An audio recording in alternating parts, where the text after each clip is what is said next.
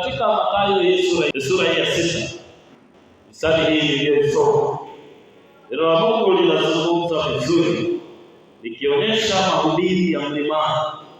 Bwana Yesu akiwa anatoa hotuba ya mlimani, na hotuba yake hii au mahubiri yake haya ya mlimani yanaonekana kuanzia sura ya 5 mpaka sura ya 7 ya kitabu hiki cha Mathayo.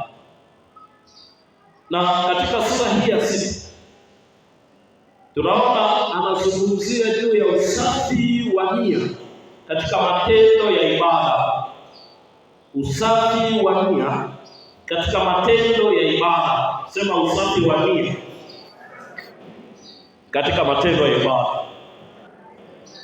Na hapa anasisitiza zaidi kumcha Mungu badala ya kutafuta sifa za wanadamu.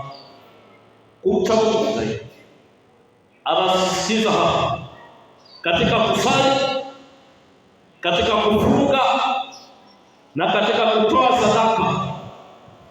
Haya yote Yesu Kristo anayasisitiza yafanyike siku zote.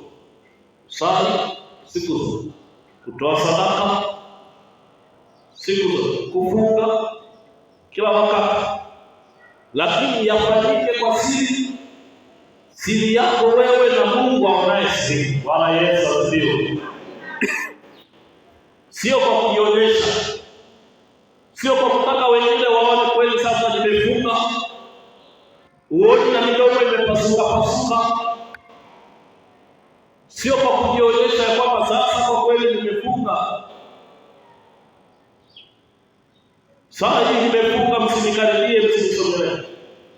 Soma hapo utaona anasema kwamba hapo kwa kwenye kufunga, hata ni mafuta paka uso, weka na lipstick safi hapo kwenye tukawala kina mama hapo kwenye lips. Enda kazini kapige kazi. Bwana Yesu asifiwe. Sauti yangu inafanya kazi siri. Lakini pia kwa kila baba, paka mafuta yako vizuri. Hadi kwenye lips hizo paka mafuta vile vinavyoang'aa kidogo. Enda kazini.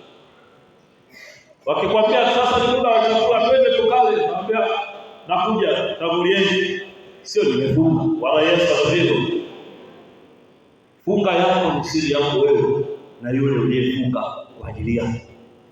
Bwana Yesu asifiwe. Maombi yako ni kwako wewe na Mungu. Wakati mwingine hata mimi kuhani sipasi kujua kile unachokiomba. Bwana Yesu asifiwe. Wengine naweza kuyajua, lakini pengine ni hapa wewe Mungu. Kuna ndugu anaitwa Eli, kuhani Eli.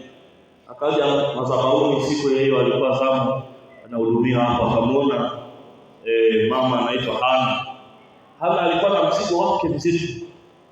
Anaomba kwa mzigo na msisitizo mbele za Mungu. Analia mbele za Mungu.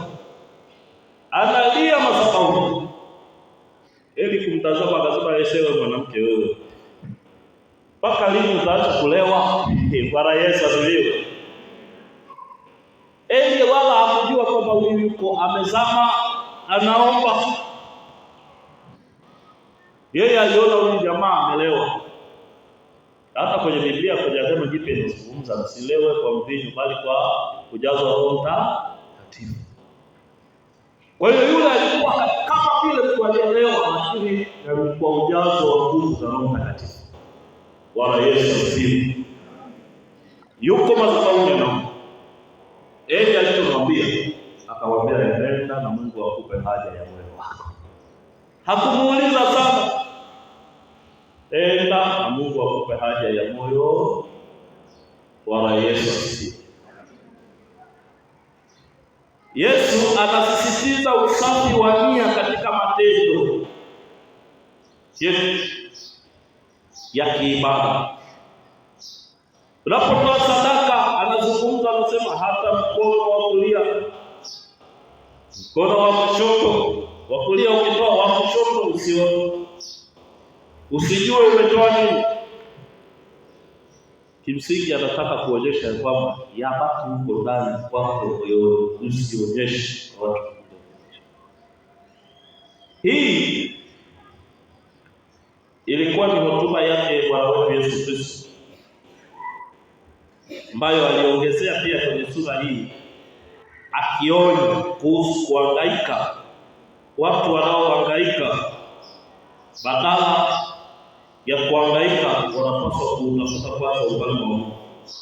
Badala ya kuhangaikia maisha ya dunia, wanapaswa kutafuta ufalme wa Mungu. Ukisoma hiyo sura nzima, nimejaribu kuweka mambo mafupi yaliyopo, lakini hotuba hii kuanzia sura ya 5 mpaka ile ya 6 ilikuwa ni hotuba ambayo watafsiri wengine wanasema ni uzinduzi wa ufalme wa neema ambao Bwana wetu Yesu Kristo alikuja kuanzisha.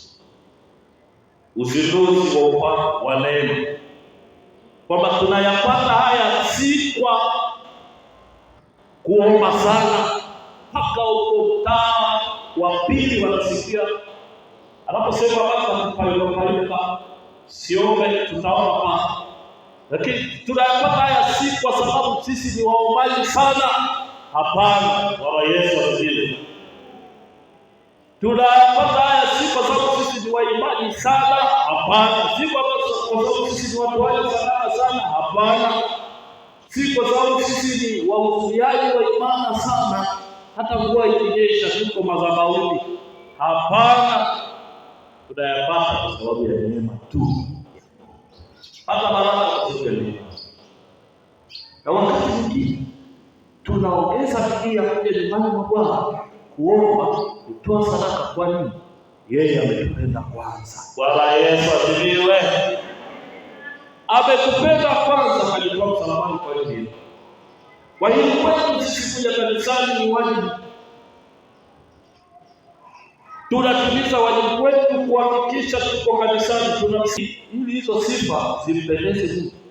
Lazima ziwe katika usafi wa nia.